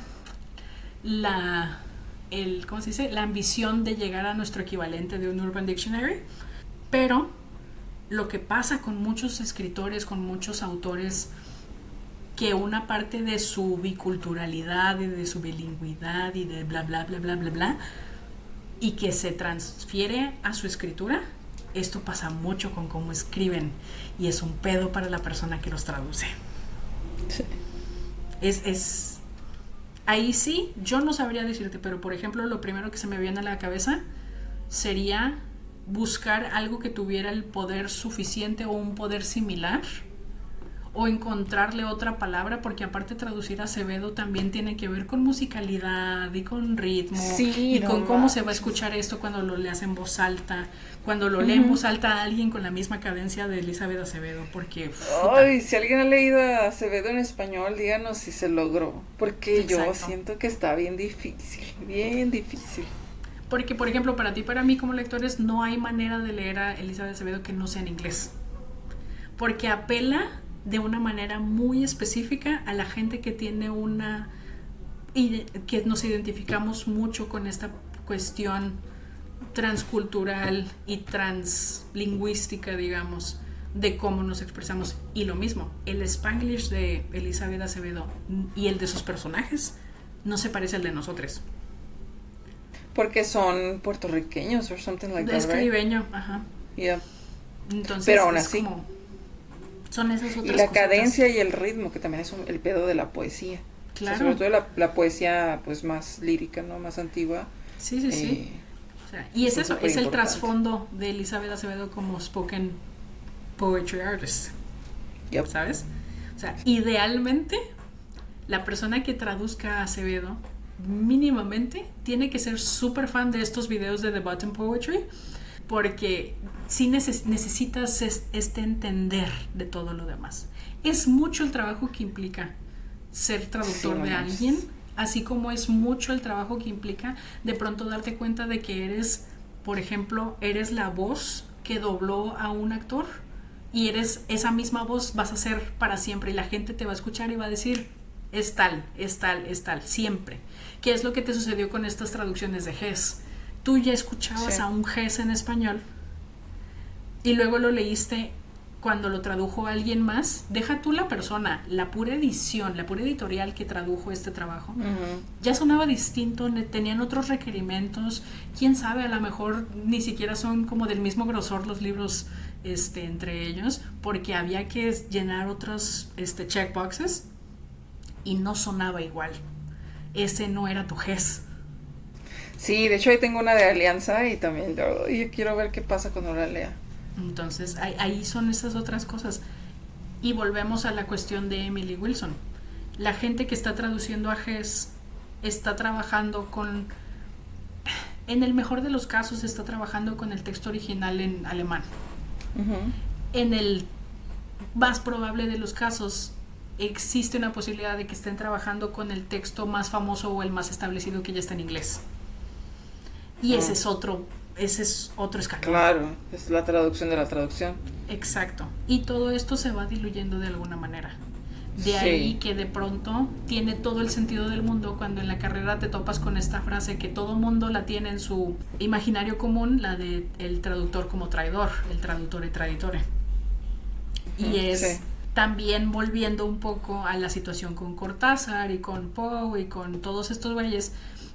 No era Rimbaud, era Baudelaire a quien traducía Poe, en la que el traductor puede tener motivos muy crípticos, puede tener motivos muy cabrones, puede nada más querer tener el nombre a un lado del autor, puede tener inclinaciones políticas o culturales y decidir que pues todo el mundo le hace caso ciegamente a los grandes pensadores en Francia, entonces vamos a decir que los pensadores en Francia están de acuerdo con nosotros haciendo esto y esto y esto. O sea, le quita un poco de esta cuestión como casi caricaturesca. Por ejemplo, cuando te enteras que en teoría algunas de las guerras más terribles que ha visto la humanidad han sido resultado de mensajes que llegaron incompletos o que llegaron como que se entendieron de alguna otra manera, existe una posibilidad real de que alguien haya dicho vamos a quemarlo todo, tontas, y que haya mandado un mensaje incorrecto.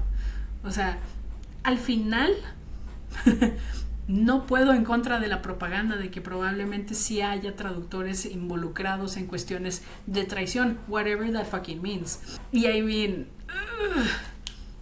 es que teniendo esa cantidad de poder y estando en las sombras, would you not? Of course you would. No, what the fuck is wrong with you? O sea, no me refiero a los conflictos bélicos grandes, pues, pero Esto o sea, es como hora todo lo demás. de que Priscila se ponga un sombrerito de papel aluminio. Está hablando de conspiranoias de traductores muy extraños que yo no pensé que íbamos a llegar a este punto del podcast. Pues es que no son conspiranoias. O sea, muchas veces parte del cachito ese de historia que te dan es que un mensaje no llegó a tiempo, o llegó y fue interpretado de una manera distinta, o el código no era el que se supone que se iba a usar. Toda esta cuestión de las máquinas Enigma cuando se mandaban sus mensajes crípticos los alemanes y demás, todas esas aparte tenían que ver con el idioma, porque obviamente entre los alemanes se mandaban cosas en alemán, pero había que entender el código de los aliados y el idioma de los aliados. Espiando. Ay, qué fuerte. Exacto. O sea, todo eso al final, o sea, no se necesita ser muy conspiranoico, porque una vez más, yo no tengo la RAM para eso.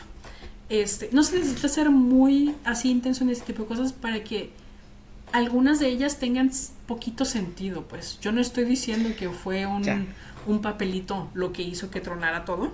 No. Pero no creo que todo el mundo teniendo el poder de hacerlo lo haría. Eso ya está muy... Pues mira, la humanidad begs to differ, la neta. I'm so sorry. I'm so sorry. El uso de las máquinas digitales para traducir. Las IAs para traducir. ¿Qué opinión te merece eso de que tú que eres traductor, ayúdame con Google Translate a hacer mi tarea? Un traductor que tiene un contrato, no, eso está mal. Una persona que anda de viaje y no conoce el idioma natal, well, whatever, ¿no? Necesitas comunicarte. Okay. Pero creo que son como que el uso de traductores es un espectro también. Sí, No sé. totalmente. Yo sí, totalmente. Porque creo que es la misma opinión que me merece el uso de ellas autogenerativas. Que el problema es que globalmente no las sabemos usar. No les hemos dado ese espacio en el cual sean y ya. Las hemos dejado que se expandan, ¿no? Entonces, lo que sucede, por ejemplo, con Google Translate, que es como la cosa así como que no te preocupes, no pasa nada, lo que estoy... Y es como, no, compa, no. Google Translate, como herramienta, a ti te va a ayudar si tú pones una frase específica y te la da palabra por palabra, porque Google Translate, igual que tu procesador de textos en tu Drive, no entiende gramática, ¿sí? Cada vez que te pone esa línea verde, es que hay algo que podría arreglar, pero que es bastante probable que no sea lo que tú quisiste decir. Por ejemplo, famosamente, tiene muchos problemas con los subjuntivos, los procesadores de texto. Siempre te va a pedir que acentúes cosas que el procesador cree que están en futuro, pero no están en futuro. Ay, me caga eso. Exacto, esto sucede. Lo mismo pasa con Google Translate. No es que, ay, es que vi que la Priscila usaba Google Translate para eso. Ajá, Priscila lo usa como diccionario, para palabras aisladas, para probablemente encontrar sinónimos. ¿Hay mejores maneras? Claro que sí. Pero si estoy en la calle y se me fue una palabra, porque seguido se me van, es más rápido probablemente que acuda a Google Translate, you know? O a Papago, ahora que estoy aprendiendo idiomas que están mejor sostenidos en esa plataforma. Entonces, sí, no hay mucho más que hablar ahí al respecto. Es una herramienta, la mayoría de la gente no la sabe usar. Dejen que la gente que sabe usarlas las use. Punto. Yes. Hasta ahí. Y pues nada más, no habrá chance de ahondar un poco más como en otras formas de traducir, pero sepan que no nada más existe el palabra por palabra, no nada más existen las equivalencias y las modulaciones que normalmente tienen que ver con la interpretación. Se darán cuenta, por ejemplo, que hay veces que su libro en su versión original en inglés es de 500, 600 páginas y las ediciones en español superan las 700 páginas, las 800 páginas, porque naturalmente el español hace eso. Las ediciones en alemán han de ser enormes, ¿no? Creo que sí, y ¿sabes qué? Las veces que he ido a la FIL Guadalajara, nunca he visto libros en alemán, originales en alemán, extensivamente largos. You know? No sé, a lo mejor no se usa tanto, o a lo mejor es más fácil llegar a las 50,000 palabras cuando estás escribiendo en alemán. I don't know. La verdad no tengo NaNoWriMo en alemán. Ya sé, así como que 2 semanas. Existen las adaptaciones, que estas normalmente las vemos un poquito más de cerca en doblaje. El doblaje es la forma primigenia en la que mucha gente se entera del trabajo de traducción, que estas suelen ser amplificaciones, que es cuando el español necesita más palabras para explicar algo que el inglés o que el coreano, porque también esto sucede mucho. Y la explicitación, que es precisamente que dentro de la redacción, la forma en la que hablamos en español pide explicar algo. Tal vez el idioma origen no te pide que lo expliques, pero así como nos sucedió con el book tag intraducible, que tenías una sola palabra y que para explicar esa palabra necesitabas medio párrafo de palabras. Ajá, entonces va a haber ocasiones en las que el idioma va a pedir hacer ciertas cosas. Es parte de todo este otro entendimiento extra que el traductor necesita tener, ¿sí? De la misma manera, así como va a haber idiomas que te van a pedir explicar cosas, va a haber situaciones, ni siquiera idiomas, situaciones dentro del texto que te van a pedir omitir cosas. Esto también suele suceder un poco más notoriamente en los subtítulos de tus medios audiovisuales, porque no hay una explicación de, qué sé yo, de las jerarquías de un idioma asiático, y entonces tardas media serie en entender por qué diablos se hablan entre ellos como si fueran familia, aunque tú sabes que no son familia. Es como, ¿por qué se siguen diciendo hermano? ¿Por qué se dicen diciendo tío? ¿Por qué? O sea, todo este tipo de cosas. Sí. Normalmente son por omisión en el subtitulaje, en el sentido de que el subtitulaje te va a mandar al nombre del personaje, por ejemplo. Y si tú alcanzas a entender un poco de lo que se está oyendo y dices, pero es que no le habló por su nombre, usó otra palabra. Y puede pasar al revés, que el subtitulaje efectivamente use la palabra con su traducción literal y que tú no sepas que culturalmente hay una interacción filial, digamos, si la traducción no te la explica y si no tienes ningún entendimiento sobre la cultura de lo que estás viendo, es una traducción con una omisión. Creo que una de las conclusiones a las que podemos llegar esta tarde es que uno tiene que culturizarse. Sí. Porque me recordaste mucho a los colombianos que hablan de usted, aunque no sea una señal de respeto, o sea, aunque sea una persona que le puedes hablar de tú, ellos le hablan de usted. Y si tú lo lees y no sabes cómo hablan los colombianos, dices, ay, ¿por qué tan formal? ¿Por qué la agresión? O sea, ¿desde cuándo nos llevamos así? Sí, o sea, el punto es edúcate. Y lo mismo sucede con todo lo demás, con el vocabulario. Por ejemplo, ahorita estoy leyendo un libro que el autor es irlandés y que crece en Londres, ¿sí? El libro está localizado en Londres. Entonces hay una cantidad de palabras que yo la primera vez que las leí dije, "¡Ah!". Y el editor no le dijo que lo iban a funar por esto. Porque, por ejemplo, está el slang de cómo se refieren a los cigarrillos. Que se parece mucho a inserte slur homofóbico, ¿no? Sí, bueno. No y se parece mucho, es exactamente lo mismo. Bueno, yo digo se parece mucho porque el slur del que yo hablo tiene letras de más. Ya. Ajá, yo entiendo la palabra completa, pero sale con las primeras 3 letras nada más, ¿no? Y me tomó releer esa línea 2 veces para entender que estaban hablando de cigarrillos, de tabaco, ¿sabes? Como cuando lees libros en inglés antiguo y dicen I was gay. Es como I was queer, ajá. It was queer, it was weird, no sé qué. O queer, porque tenía otras acepciones, ¿verdad? Exactamente. Y todo esto es cultural. Y entonces ahí fue como que yo lo primero que dije, no puede ser. Y luego como estas partes de Europa en este inglés que tiene el uso de see you next Tuesday, de esa otra palabra también, que dices, ¿por qué la agresión? O por el otro lado, si estás crónicamente en el internet, es como, claro que sí, reaprópiate de esa palabra, porque ahorita mucha gente se está reapropiando de esta palabra, ¿no? Dices, ok, está bien, pero si no estás in the loop, no puede ser, su RP no lo quiere, ¿no? Entonces tenemos estas omisiones que idealmente son para evitar redundancias, pero una vez más, si quien recibe este media no está empapado, pero para nada, de lo que está recibiendo como información, es bastante probable que le hagan falta estas redundancias. Entonces, sí. Y esto nada más es como la parte de hasta arriba del iceberg de lo que implica traducir. Sí, no manches, es que es un pedotote.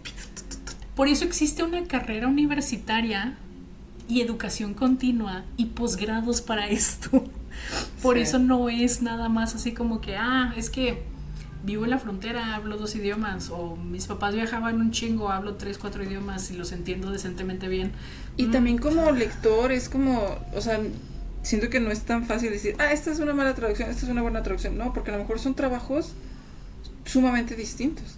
Y a lo mejor las dos son buenas traducciones, pero depende de lo que estés buscando, cuál te va a gustar más. Exacto, tiene mucho que ver. Al menos a título personal, cuando yo hablo de que la traducción no resonó conmigo, casi siempre tiene que ver con que yo, como persona formada en esto, de pronto encuentro momentos en los que se nota o que alguien más empezó a trabajar ahí, o que la vibra fue distinta, o que se empezó a hacer una edición post regaño, o lo que tú quieras. Porque hay momentitos en los que el vocabulario cambia lo suficiente que sí te quedas como que está raro a veces. No, o sea, yo no estoy diciendo que todas las traducciones sean buenas. O sea, obviamente sí hay traducciones malas, pero a lo mejor hay 2 traducciones que son muy buenas y tú las estás intentando comparar desde el binarismo de bueno y malo y no es así, sino que las 2 son buenas y una te va a gustar más que la otra dependiendo de cómo lo trabajó el autor, el traductor. Creo que aquí es todavía un problema más grande, que es el binarismo de si me gustó o no me gustó, eso es lo que lo hace bueno o malo. Sí. Y no tiene que ver una cosa con la otra la mayoría de las veces. Eso. Y es un rollo, pues, por lo mismo, como es un trabajo dentro de la industria que normalmente no tiene cara ni voz. Es más o menos más fácil decir, la persona que tradujo a Han Kang al español debería buscar otro trabajo, en vez de decir, Han Kang no me gusta. Porque en teoría a quien estás leyendo es a Han Kang, ¿sabes? Ajá. Y es como sí, eso, es muy fácil ser guerrero de teclado y hablarle a la persona que el trabajo del traductor ya está allá afuera en el mundo. Bien mal, ya le pagaron, a ti no, ¿sabes? Es como, bien mal, ya hizo esta otra cosa, ya subió este otro escaloncito, ya O sea, no sé, no es romantizar la labor ni la profesión, pero, to be honest, si no existieran traductores, y hablo de todos, de la gente que se dedica a esto profesionalmente, de la gente que se dedica a traducir los mangas así casi en tiempo real para no esperar a que Panini los traiga en español, o sea, todo, los la gente dubs, que traduce anime, la gente que hace los dubs para los animes y demás, toda esa gente, si esa gente no existiera, si esa gente no hiciera lo que hace, te perderías del 90% de lo que sucede en el mundo. Sí. Sí, o sea, sí es un trabajo súper complicado, pero también muy importante. Yes. Y sí, tener este tipo de conversaciones a mí me recuerda, me hace pensar otra vez en lo mucho que me gustaba la carrera cuando la estudié. So, A mí me recuerda, que de ahora en adelante tengo que empezar a mencionar al traductor. Creo que es algo que muchas veces no hacemos y que es muy importante. Sí, yo pienso que sí, así como de pronto en la comunidad, cuando la gente empezó a escuchar un poco más seriamente, digamos, audiolibros, hay mucha gente que su deal breaker para escuchar un audiolibro es la persona que narra. Ah, sí. Entonces es como, ¿por qué no hacer eso con los traductores? You're right. So, yes. Es una carrera muy interesante, es una carrera muy bonita, es un trabajo muy interesante en el sentido de todo lo demás que uno tiene que tener como en cuenta. Te hace pensar mucho, o sea, la gimnasia mental está cabrona con este tipo de trabajos. Y pues nada, me gustaría saber qué es lo que la gente piensa respecto a temas como estos. Me gustaría saber cuál es la opinión de mucha gente que deliberadamente decide leer solo traducciones, por ejemplo. Es como en el caso de Paco, que él solamente lee español original y traducciones al español. O ustedes, o sea, hay mucha gente, sobre todo al menos en mis redes sociales, tengo varias gente que lee específicamente traducciones al inglés de obras originales en chino, me parece. Ay, entraste a un tema que también da para un chorro, porque por ejemplo, como lenguas que vienen del latín o que son romances y así, como que mejor en español porque tiene una similitud, y otras que tengan similitud con el inglés, leerlo, ay no, eso es otro pedote. Sí, y es algo que se tiene que tener en cuenta de muchas maneras, porque que se parezca el idioma no significa que culturalmente somos más parecidos. Es un rollo, todo es un rollo, aquí nada es sencillo, todo es un desastre.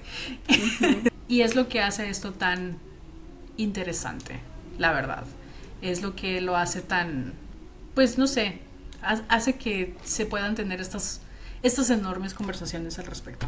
Sí, no. Creo que a lo mejor por el momento, no sé si en algún punto tendremos la excusa suficiente o los puntos suficientes para tener una segunda conversación sobre traducción. Probablemente sí. Pero hacia el principio no te pregunté, ¿qué estás leyendo ahorita? Oh my God, es cierto, ni nos saludamos, entramos ya así sé, de o sea, yo dije, I'm a person on a mission. Let's talk about What am I reading? Yes, What am I reading? I'm reading Mandíbula de Mónica Ojeda, que tiene Spanglish, by the way. Yes, it does. Exactamente ese. Voy en el capítulo 2. Okay. Pero, that's what I'm reading. También estoy leyendo Una historia natural del amor de Diane Ackerman, pero como es no ficción y es de la rueda, no tengo la presión de una end date, ¿verdad? Entonces, le estoy dando a Mandíbula. Muy bien. Yo estoy leyendo Mandíbula también. Voy en el capítulo 4. Yo me estoy así sentando en las noches con mi pluma, mi reglita para rayar este libro. It's living up to the hype que yo tenía en mi cabeza. Esta es la tercera vez que leo el libro. No manches. Quiero mucho. Y respecto, por ejemplo, al Spanglish que tiene este libro, una vez más, es bien distinto al de toda la gente que hemos mencionado y al de nosotros por dos cosas. Esto es Spanglish en Ecuador. Yeah. ¿Sí? Y es Spanglish de gente rica. Yep. Which is, to surprise to anyone, to nobody actually, es bien distinto. Y al menos para mí hay una familiaridad, porque la última vez que yo tuve un trabajo como profe en una escuela fue en una escuela de estas. Sí, o sea, there's a whole lot to talk about that. Pero el resto del internet no necesita saber detalles. Yo trabajé en una escuela muy similar a esta. De hecho, No sé necesariamente si había un vínculo real entre la escuela en la que yo estaba y el Opus Dei, pero son más o menos como de la misma calaña. Y ahí creo que lo que me sorprendió la primera vez fue precisamente lo mucho que se parece el Spanglish de estas morras al que tenían mis alumnos. It's creepy in so many ways. Pero sí. Estoy leyendo Mandíbula y estoy leyendo Evenings and Weekends de Oisin, no sé, nombre irlandés. Chandel McKenna. Fue lo que pensé, imagínate que Wisin venga de una transliteración de un nombre europeo.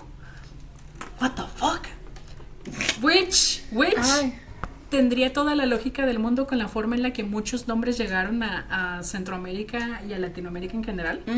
Yeah. O sea, tus Jeffersons, tus Johnsons, toda esta otra gente. Hay There's a big chance. There is a big chance. Oh my God. Y hay gente en el internet que escribe que es una versión mejor y por un autor masculino de lo que probablemente la gente asocia con Sally Rooney. A Sally Rooney no la he leído. No se me antoja, la neta no se me antoja. Y no es ese libro por el que yo voté, pero todas las opciones en el book club, porque esto es para un club de lectura, están lo suficientemente fuera de mi zona de confort como para que no tengan ningún significado al cualquier libro que yo le dé mi voto. Ya, me recordaste que estoy leyendo, bueno, no estoy leyendo, estoy escuchando otro libro también. Estoy leyendo La Superviviente de, no me acuerdo cómo se llama el autor. Tiene un nombre que usualmente asumimos que es una faina, pero no, espera. Oh, ¿no es Riley Seeger? Sí. Ah, sí vi la foto que subiste. Y está muy entretenido. Es un thriller, tiene todas las técnicas y mañas y estructuras de un thriller, pero pues para hacer la talacha, para estar limpiando, para estar lavando ropa. Creo que es el Grady Hendrix de thriller doméstico. Ahí tengo otro libro de él. Entonces si me gusta, yo creo que lo leeré. Ah, pues sí. Yo ahorita estoy leyendo estos dos nada más porque tienen fecha. Esta va a ser nuestra siguiente plática de libro en el podcast. Y son reuniones semanales. De hecho, hoy voy a ir a hablar con gente. Veamos qué tanto aguanto. Socializar. Y ya quiero ya pronto terminar El tercer mundo después del sol. Me faltan unos cuantos cuentos de este libro. Ahí vamos. Esto es lo que me falta. Pero so far no tiene desperdicio. Está genial casi todo lo que me he encontrado. Entonces, me imagino. Sí. Y como vamos todo al revés, ¿cómo estuvo tu semana desde la última vez que nos vimos? LOL. Un poco mejor. Sigue habiendo estrés laboral, pero la verdad es que las cosas ya se están acomodando y espero que mejoren. Changuitos. Pues ya pagué mi diplomado. Esta semana que viene empiezo. Estoy muy nervioso, estoy pobre. Y ayer tuve una reunión del club de lectura al que voy aquí en Aguascalientes y estuvo muy padre. Estuvimos hablando del exorcismo de mi mejor amiga, justo de Hendrix. A la mayoría nos gustó mucho. Ay, qué padre. Qué bueno cuando las reuniones esas de libros salen bien. Sí. Yo con la gente con la que estoy leyendo este libro es la misma gente con la que leí Before the Coffee Gets Cold. Y ay no, el estrés máximo con esas reuniones. Aparte porque a nadie le terminó de encantar el libro. Bueno, o sea, pero pueden tirar fue como gracias juntos. por la úlcera. Ajá. Sí. Ay, pues qué padre.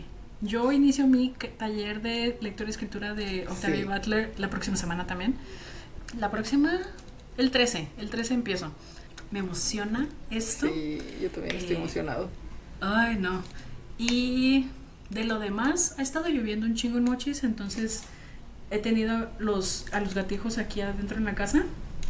Y si 6 horas van a estar despiertos, me caga que esas 6 horas son de 2 a 4 de la mañana. O como de 3 a, ¿sabes? Es como que, ay, porque ahorita los tengo aquí a un lado. Kimchi está bien dormido y la Sinker también, así como que en ese momento de la dormición gatuna, en la que están así como, todavía el lomito está en el colchón, pero la cabeza ya está toda hacia arriba. Ujú. Así, geometría sagrada bien rara, así. Y pues ya la próxima semana empiezan las prácticas, entonces volveré a tener casa sola varias veces a la semana a partir de que empiece todo esto, porque el béisbol empieza en octubre aquí en Mochis y está haciendo mucho calor, guácala. No extraño, pero nada esto, la verdad. O sea, está lloviendo, pero está lloviendo con calor. Me parece una falta de respeto. Chale, eso es horrible. Sí. Y pues ya, nadie sabía que este capítulo iba a estar todo al revés, este episodio iba a estar todo al revés, pero ni modo. Any final thoughts, any final comments? Alimenten a su traductor local. No, no es cierto, no sé, es como que es un tema tan extenso, tan complicado, pero sí, o sea, definitivamente agradecer o mencionar al traductor, porque es un trabajo que si no lo tuviéramos, como dijiste, no sé, seríamos unos ignorantes todavía más grandes. La neta, sí. No, sí, alimenten a su traductor local, por favor. No le quiten el brillito en los ojos si su adolescente de confianza decide que quiere hacer esto en su carrera universitaria. Hay mucho campo para explorar. No todo es traducción literaria. Hay dinero en otras formas de traducción, no se preocupen, se los prometo que hay dinero en otras formas de traducción. Pero, o sea, al final es una de estas carreras, digamos, que está muy en el limbo entre ser una carrera con aspectos técnicos y que se nos olvida mucho que también tiene mucho de humanidades, demasiado de humanidades, in my humble opinion. Y pues sí, o sea, nos vendría bien poner ese taxito extra o esa acreditación extra en nuestras reseñas.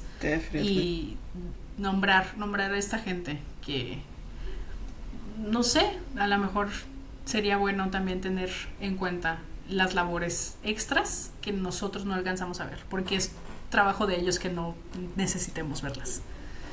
Y pues ya, por mi parte es todo, por mi parte de 3 supongo que también. Muchas gracias, Pris, un gusto, que tengas una excelente semana. Nos vemos igualmente el próximo sábado. Nos vemos, tengan un maravilloso lo que sea, bye.